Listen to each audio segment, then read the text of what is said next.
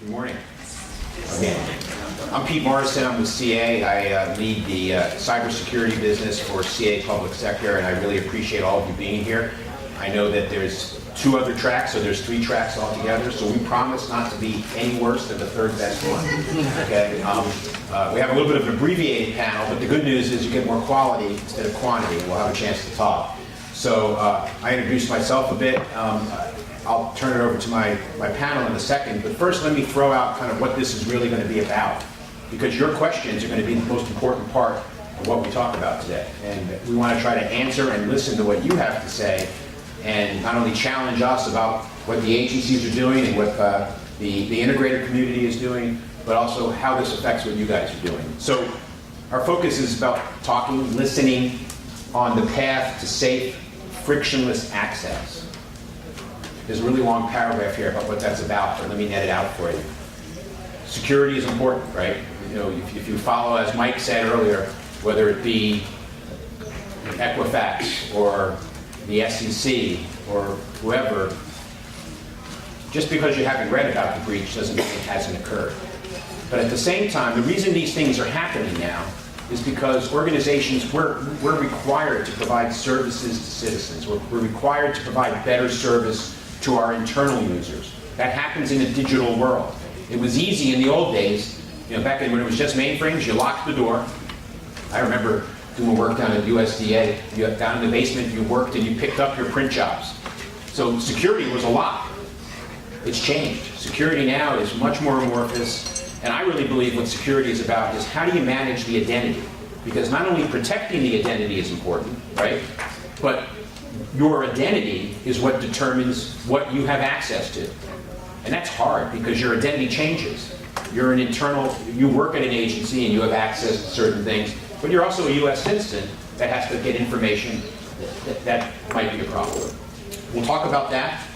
We'll talk about a little bit about the challenges of protecting that, but also trying to manage it. So privileged access. How do you deal with that? That's where the hacks are occurring, right? You know, I'll share that up front. You know, when you read about these attacks, the organizations that are attacked will tell you that it was, you know, a phishing attack or whatever. In the end, the attack's all about one thing. The attack is to get to the user IDs that have the most privilege, because then you have the keys to the kingdom, right? So if you get privileged access, that's better than just getting my name and getting my stuff. If you have privileged access at Equifax, then you have all the stuff. Okay, so we'll talk about a lot of things today, and we'll take it anywhere you guys want as it relates to security and the delivery of services and mapping those 2 things together. So I'm going to let my panel introduce themselves and talk a little bit about where you're from, so we'll give some context to the discussion. Sure. It's on. I'm Rob Ginsoni with USCIS. I manage the customer engagement centers throughout the country for U.S. Home Immigration. And we're one of the first ISMA high compliance call centers that we have, at least with DHS. Not for government, but at least with DHS. Hi, good morning. My name is Nicolas Chaillon. I'm the advisor for cybersecurity at FEMA. I joined DHS in 2016 as chief architect for cyber.gov. For those who don't know what cyber.gov is, it's a new architecture for all of the .gov domain. So we work with all the agencies on the civilian side to design this new architecture. We'll talk about kind of what the 36 capabilities we ended up designing to create this architecture.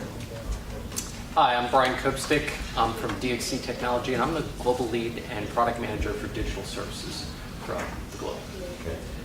Well, thanks for joining us. And so let me start a question kind of for the group. You know, I threw it out that there's a challenge of providing the service to the citizen or to your customers and trying to secure it. What are the biggest challenges there? What we've done is we decided not to manage our own infrastructure. So we moved from a premise solution over to the cloud, so we can just be able to have more managed services and allow us to now provide oversight from a security perspective on our risk assessments. We have our vendor that deals with the day-to-day assessing the risk, and we just provide that oversight over there. Okay.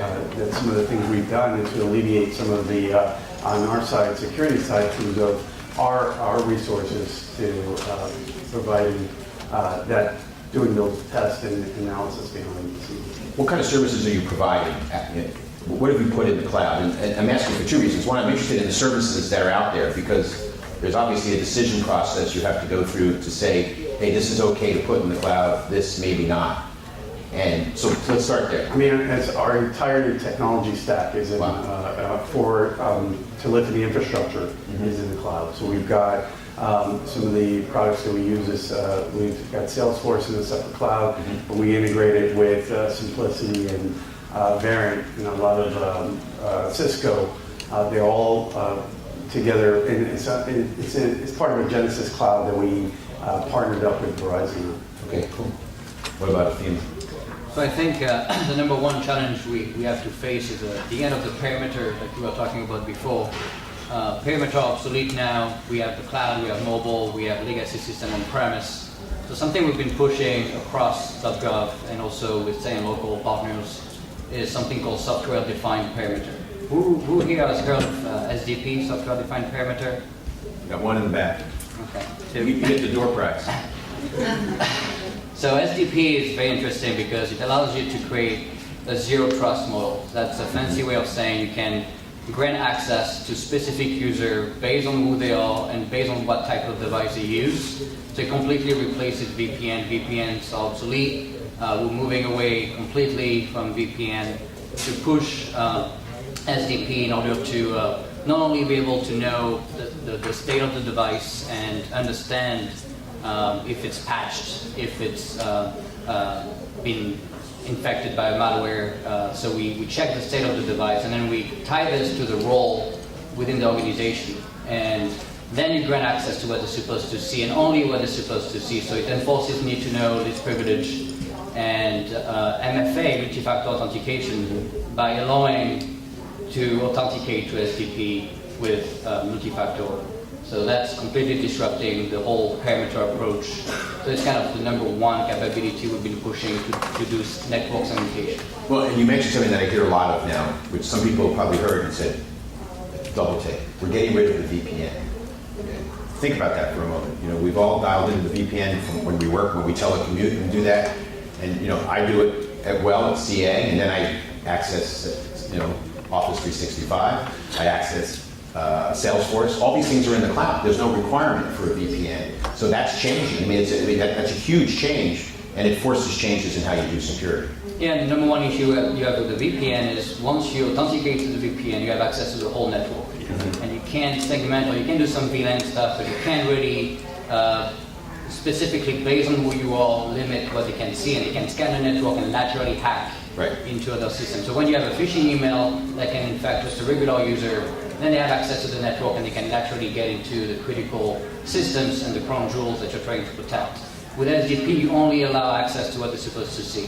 You have a question? So is that like house management where the administrator would basically set up whatever the user's allowed applications are, and then you're going through a secure tunnel, browser-based tunnel to get to those applications, and then it's like a container on the desktop? Absolutely. So SDP is a gateway, mutual TLS tunnel. You authenticate through multi-factor authentication connected to your identity provider based on the roles you set, and the rules you can set up. You can say based on the patching level of the device, if it's not patched for 60 days, you only have access to emails, but you can't see the critical systems. You can really create granular rules. You can have video fencing, time of the day, multi-factor authentication rules, and you can say for email you only need two-factor, but for this critical system maybe you need a third factor, like a one-time password or something like that. Yeah. So Brian, you know, you're on the integrator side, and you know, working with our partners in the government. What are you seeing them ask for, and as they move down the road towards this? So I get a variety of requests, and you know, I have the advantage of working with not only public sector, but even in some cases industry and public sector around the globe. And everybody thinks, wow, it's different. But to the point on the VPN, the reality is you know, everybody's heard of the open. How many people have heard of the open data initiatives that are running through the government? Okay. So the consumer may not even be a mobile device. It could be a partner. It could be a provider. And the quick argument that everybody makes is, in times of emergency, do I need information to flow faster or slower?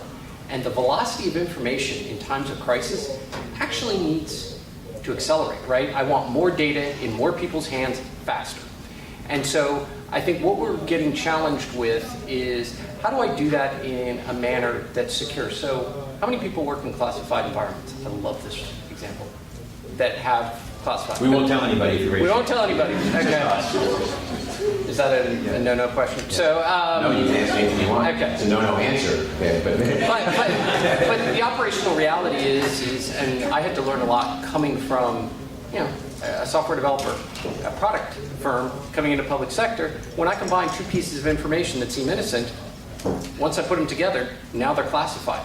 And that provides an interesting challenge that we talk about a lot, is behavior. So not only are we authenticating based on known state of the device, known state of the user, but what we're also starting to do is the same mechanisms that people are using to profile you for marketing purposes, things like that. We're also using behavioral analytics to make a judgment call based on, do you have access, right? And so I think those types of paradigms generally, is that you or me? Will basically enable us a much richer experience. And the word, I don't know if you've heard of the Money 2020 conference, but the word or the theme throughout, it was Bitcoin, Ethereum, is frictionless, secure experience. Mm-hmm. And if any of you have ever put UX designers and security people in the same room, you couldn't be further from, and somehow those two paradigms have to converge, because we as consumers, we want easy. We want to be able to order pizza, when we're running our kids to soccer practice and things like that. So I think understanding that the consumers are going to continue to vary, the streams of data, whether it's IoT or other governments, things like that, we're going to have to create a mechanism where that open data can be shared but conditionally. Well, you make a good point about customer experience and security. I'm working with an organization now that, it's not in the US government, but they had a breach. Mm-hmm. And they had a breach because they didn't have good authentication. But they're in a very competitive marketplace. So we talked to them about, MFA, some step-up authentication, because you're paying your bills, you're doing services. And the customer experience people they're against it. They're on this side. The security people, of course, want to lock it all down. So the right answer is somewhere in between. But the decisions aren't what I found, and I think this is a little bit what you were saying. They're not technological decisions. They're business decisions. That's right. We have statistics that say if you go to an app and it doesn't load in 3 seconds, you quit that app and you often never ever go back. You won't use it again because you have so much choice. Okay, so if the app isn't current, the app isn't new, and you talk about what some of the things that Mike Gregoire talked about, it's not saying that this is a security session.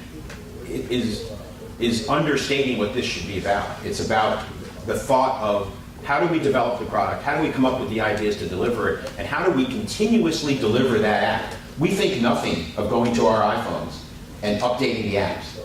It happens all the time. But think about the work and the effort involved behind those new app updates. So how do you balance, from the government folks here, customer experience with security? And I'm interested not on the technological question, but what are the discussions that happen behind the scenes that got you to the point where you now have these working, successful applications? Who won? Anybody?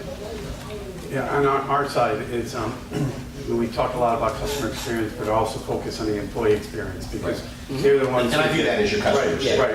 Absolutely. And so we had lots of the challenges that we've seen there in that perspective. Is when every time there's an update, something else breaks. And the struggles we're having is exactly what Nicholas was just saying around the VPN.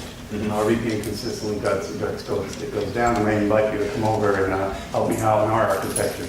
But that's exactly it. Every time there's we have an internal update for our users, it's just complicates things.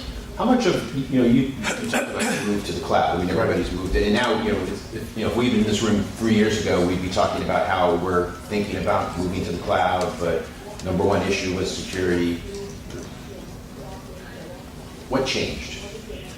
For us, the reason why we moved that way is our premise solution was housed in New York, and Hurricane Sandy came by and paid us a visit, right? And it brought down the entire network. and our generators were only able to sustain it for a certain time. That was the start of saying we've got to be able to move to the cloud. Not only that, we've got to also be able to scalability. Having to be able to add additional things there for our users. A lot of our generations are moving more and more to digital tools, and so we have to go with those new up and coming generations. Whether they're using chat or where they're providing a virtual assistant, which we do have at CIS. Moving to the cloud, but also having redundancy between two different clouds under the same architecture, and both of them are at high. Right. So we're able to sustain in case of something, and we're so far out that if a disaster were to happen in this area, God forbid, right? We're able to sustain, and something happened to the network, we're able to sustain for at least a good 9 days with generation power. So Nicholas, your organization's moved to the cloud as well, but I'm assuming, probably more than assuming, I know a little bit about how this all works, and not all of that data is there, so you're still reaching back for legacy data, right? Right. How do you reconcile that? How do you make sure that works the way you need, Nicholas? Well, first, the issue on moving to the cloud is a non-issue because we just don't have the talent to keep our security up to date.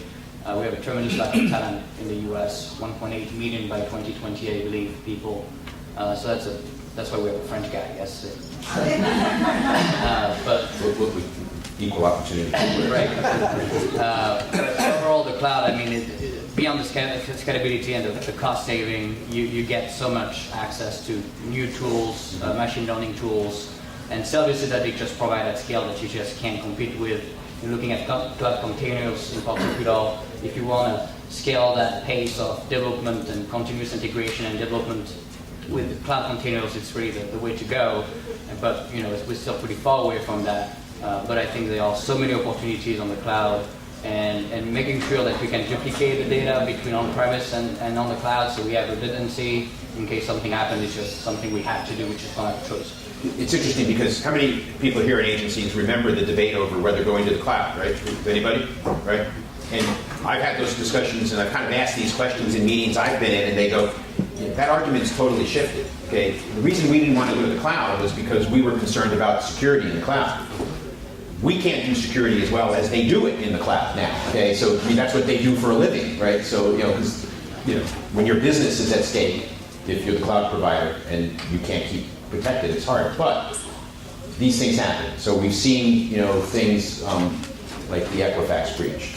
So the number of agencies in the U.S. government provide access to citizen services, use what's called identity proofing. Is anybody familiar with that term? Have you ever been identity proofed? It's really weird, right? They ask you questions. Which of these 5 addresses did you not live at? And you're like, how do they know? And so that's the identity proofing. And it's an effective way. It's a little awkward just when it goes through it, but it's an effective way of doing authentication. Equifax uses it. Equifax uses it. When you log on. Yeah, when you log on, yeah, and it's worked out great. Okay. Well, you don't need it anymore. We don't need it anymore. We have it's all set. Right, we're good. All right, let's shift it a bit. So, security is one of those things. So there's a large program in the federal government. You're all familiar with CDM. CDM is a phased program to, it's the highest goal of CDM in a simple way is to eliminate silos, to eliminate that agency X has done something and agency Y is going to do something else. But I also find that it's been a challenging, and I'm not picking on CDM, but just when you look at programs that are kind of talking about shared services. So the government is going to be looking more at shared services, and I'm interested in your guys' thoughts with regards to that, because I'm on both sides. So, but, start with Brian. Okay, so I'll go back to your previous argument.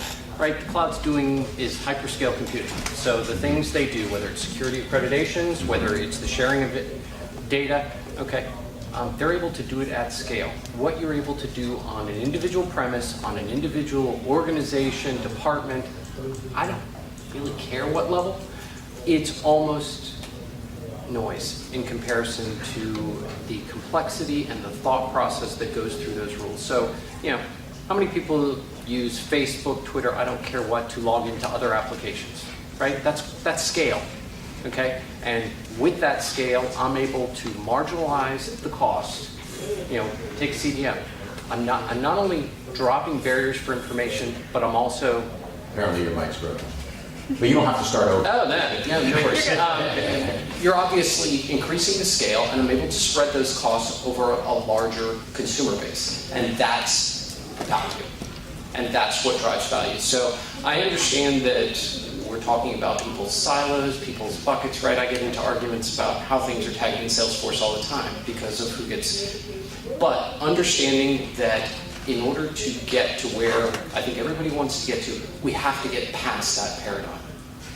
Yeah, I can't agree more in terms of, especially on the shared services side, on the telephony infrastructure side, to be able to, at least on the immigration world, where we're from, to at least have our sister agencies, they're sharing the same services and save a lot of money as well from a cost perspective. Right. I guess the only fear that I think the vendor community has is that I don't mean it from a vendor perspective, but I think it slows things down initially because everybody stops and says, oh, I'm going to get this as a shared service, and it's not there, right? And so you run the risk of slowing innovation. And I think my concern, and this is a concern even at an agency level, so it's the next question is, how closely in your organizations is security engaged now with the people that the business users, the business owners, the people that are saying, I need to build this? How close do you guys get? From us, and with agile development and all that, they're up in front with us, at least to start out. They're creating their user stories as well, but they're there with us, and because of the fact that now we're in the cloud, they're able to assist us a little bit more of just managing it from a whole than just having to do a lot of the work themselves on the government side of the house. What about Athena? No, everything we do is agile now. Really trying to leverage relationship with stakeholders, both on the federal agency side and the clients. We also deal with all the state CIOs and CISOs and the city CIOs and CISOs. So that's a lot of different stakeholders we have to work with to really try to help them on implementing new best practices, training, exercise. So we have a lot of different kind of training tools we're pushing, and we're going to be pushing videos on YouTube to help scale that spread of information so everybody can start learning what SDP and other technologies can help with. So it's a whole process of really understanding your clients first. That's good. We take a short break, and if there's any questions out there, I'm not using the app, so we can just yell out and we'll get you a microphone. We're going to ask you questions if you don't ask us, so it's okay. All right, we'll keep going. What's the biggest challenge you guys think you're going to see? Well, let me start with Ryan. When we look out, and I was going to say 5 years, but that's way too far. Okay, if you look out, lunch, beyond lunch, sure. Yeah, what's next? What's going to happen? I think the number one thing that I would tell people is getting to the point that somebody owns a process end to end. And the number one challenge we face, whether it's implementing a solution, publishing a mobile app, deploying a new solution anywhere, is typically people tend to look at their silos, whether here are the security scans I want to run against a mobile app or a device, but nobody seems to be willing to step up and say, I own it, I'm going to make a business decision, and this way. I launched an app for a major financial institution on both on the consumer side and on the trader side. So we had geofencing that between the times of 9 and 4, if you were 50 feet within a major exchange, the app wouldn't load. Okay?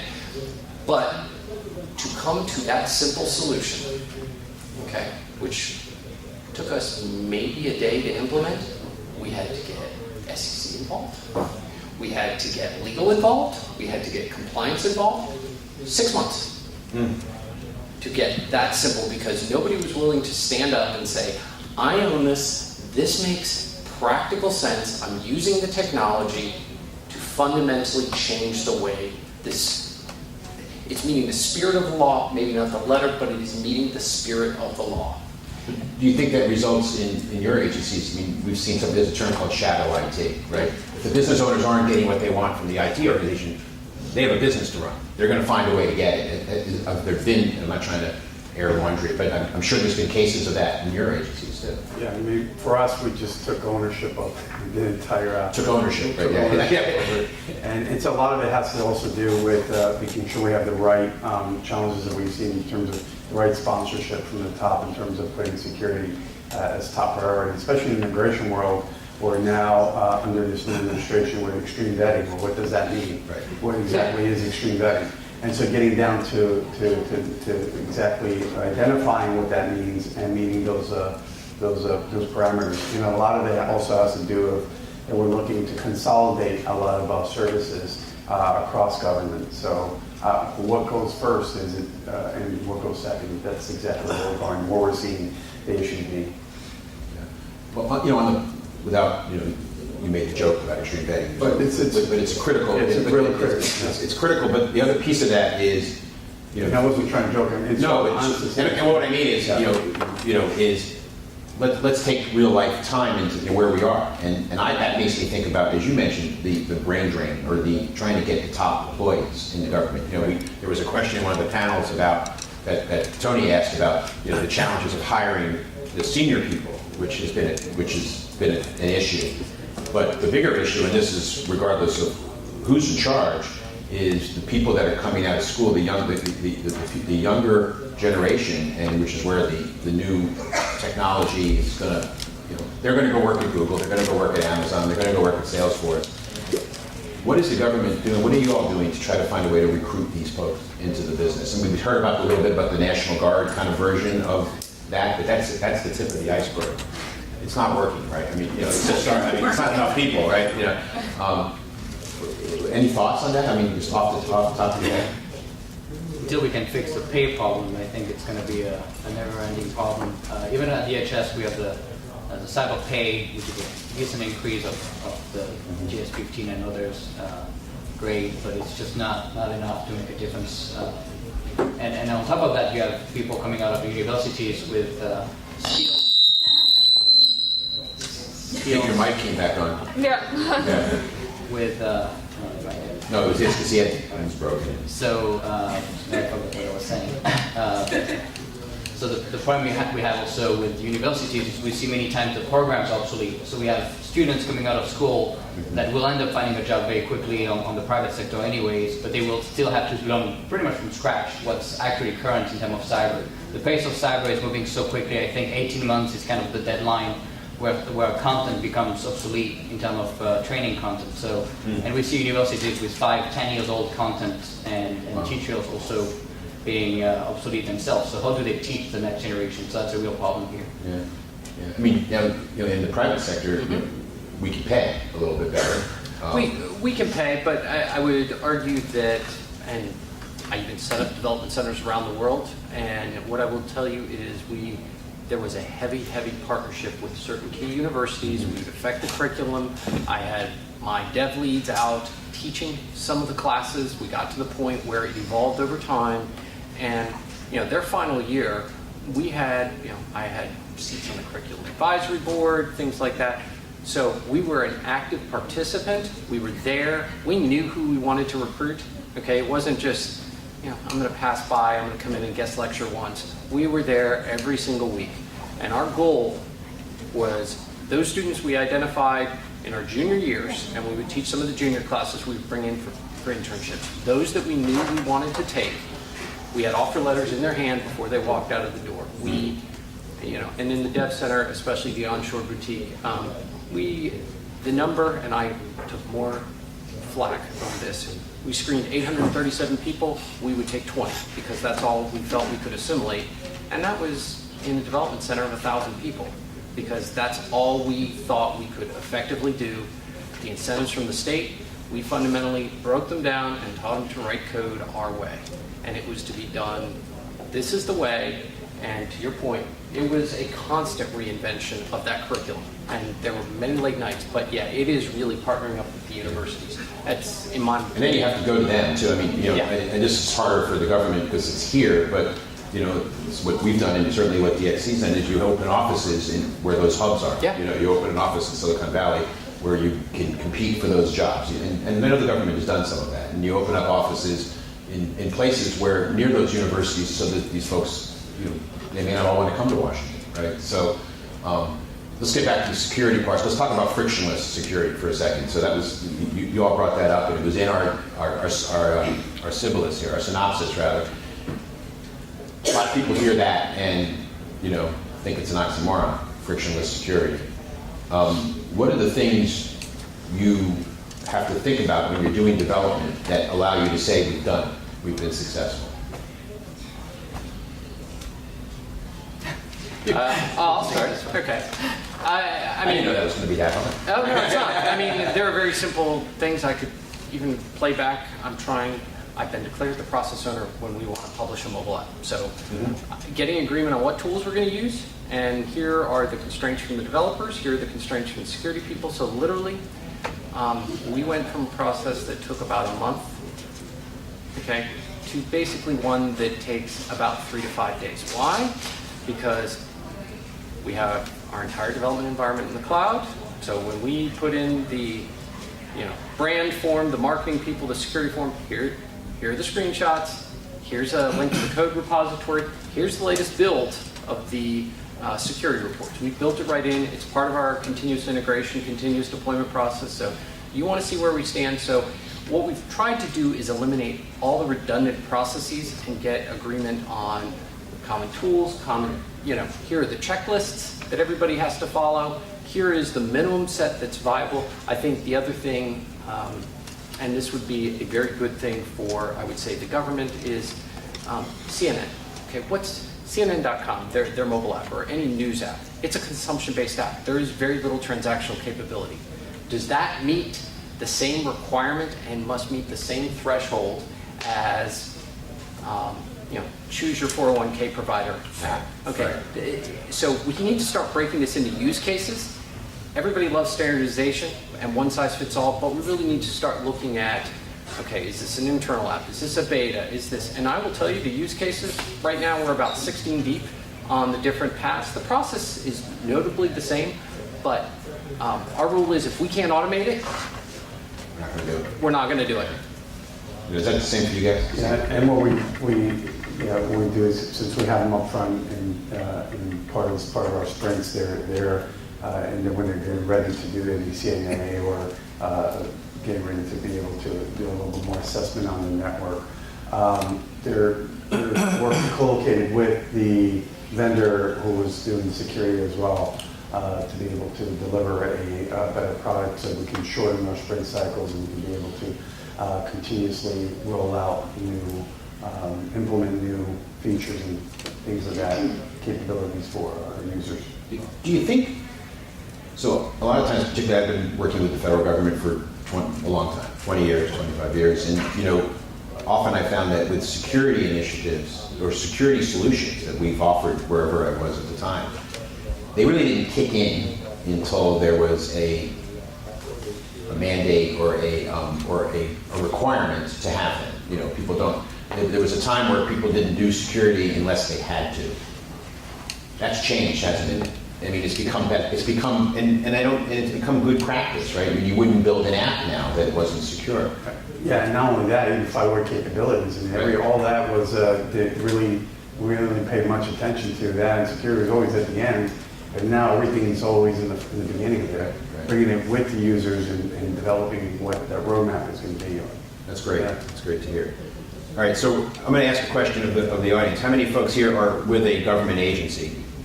Okay, so one of you needs to. I'm curious, when you hear these discussions, does this resonate? Are these the kind of things you're going through? And if anybody wants to comment on it or ask, I would love to.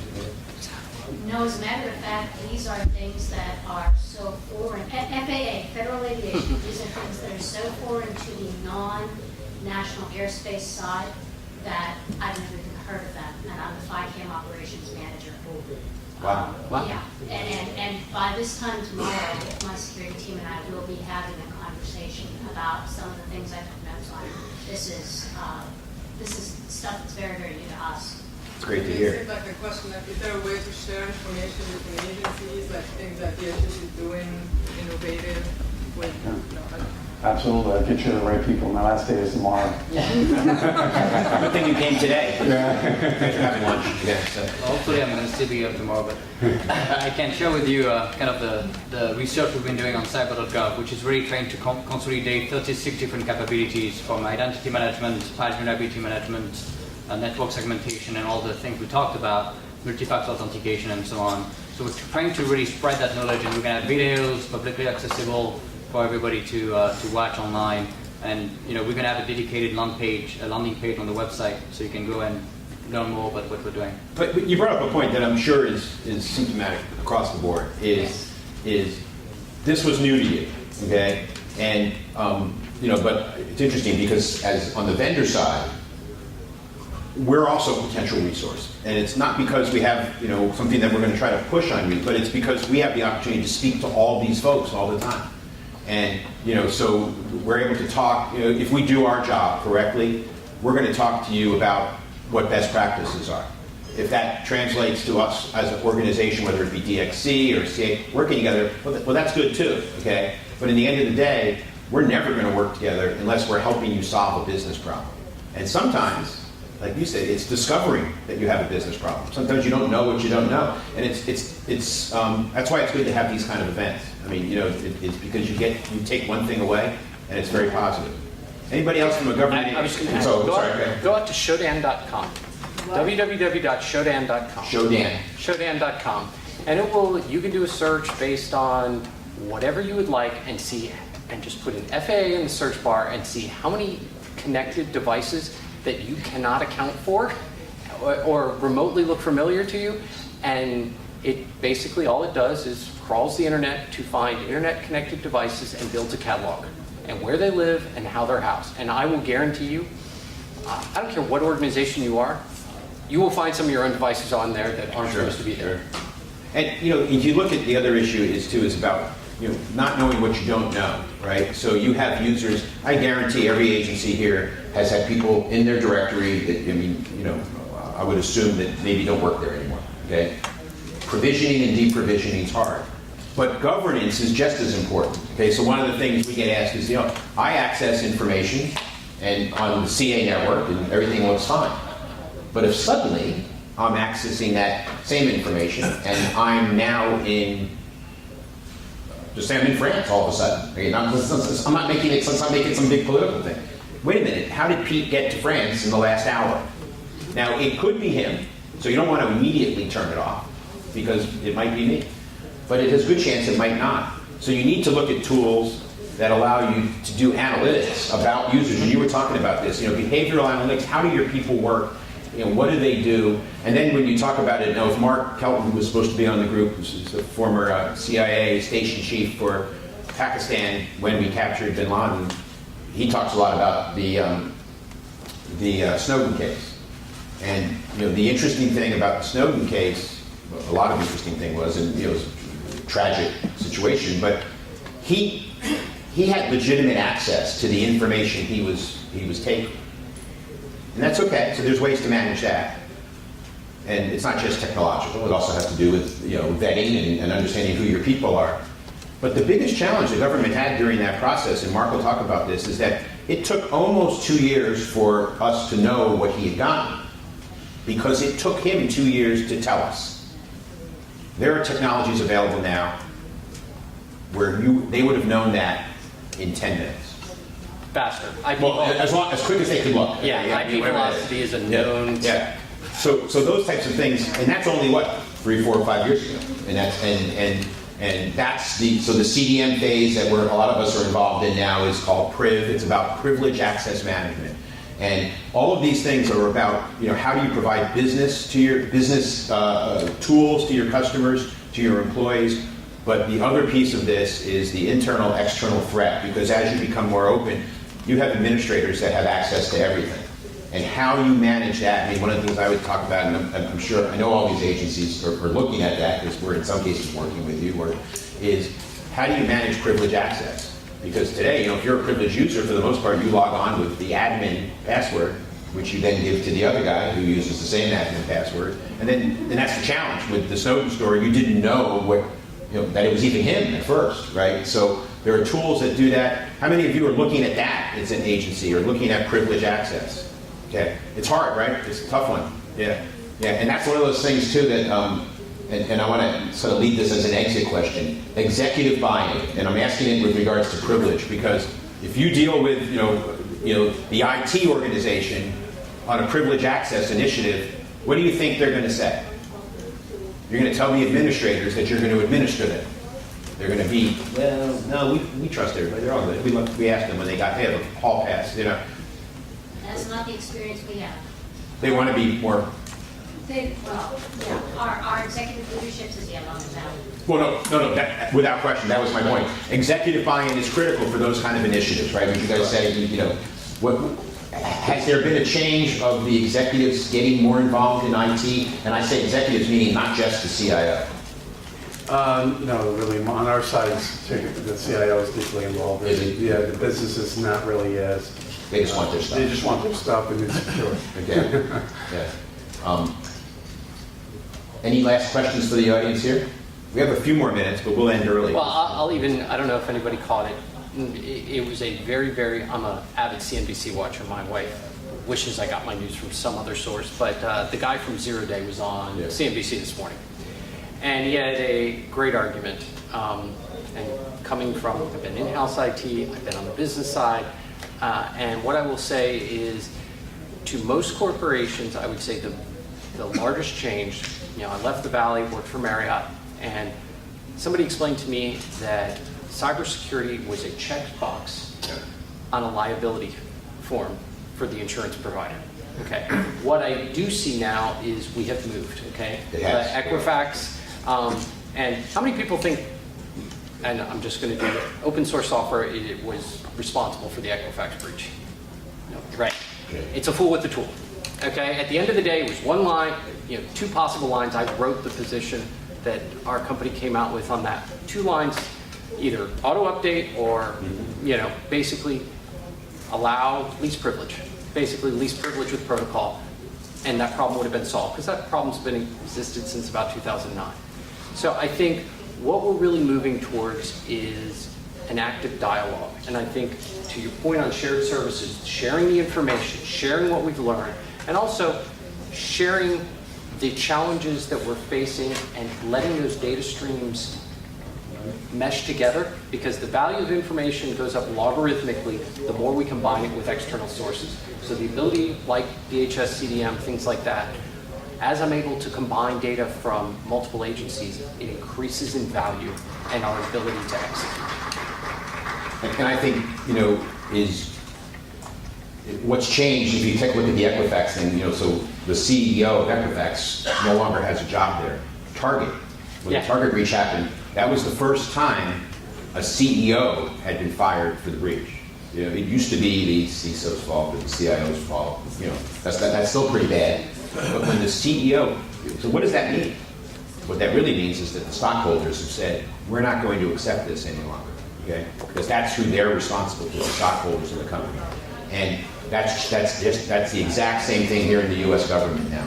You know, the next breach that occurs, I mean, is going to result in major change. You know, and it will happen. I mean, the SEC breach happened a while ago, and it happened under the previous administration. So, you know, that will be okay for the current SEC director. But we have to work on how we deliver that information, how we deliver the applications, but also how we report the breaches.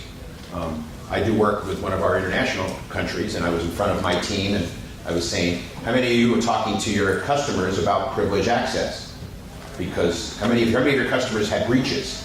And the sales team, none of them raised their hand. Nobody's had breaches. And I go, what are you talking about? This? If I ask them how many people know about breaches, everybody raises their hand. Well, it turns out in this country, I won't pick on them, say who they are, there was no reporting requirement for breaches. There is now.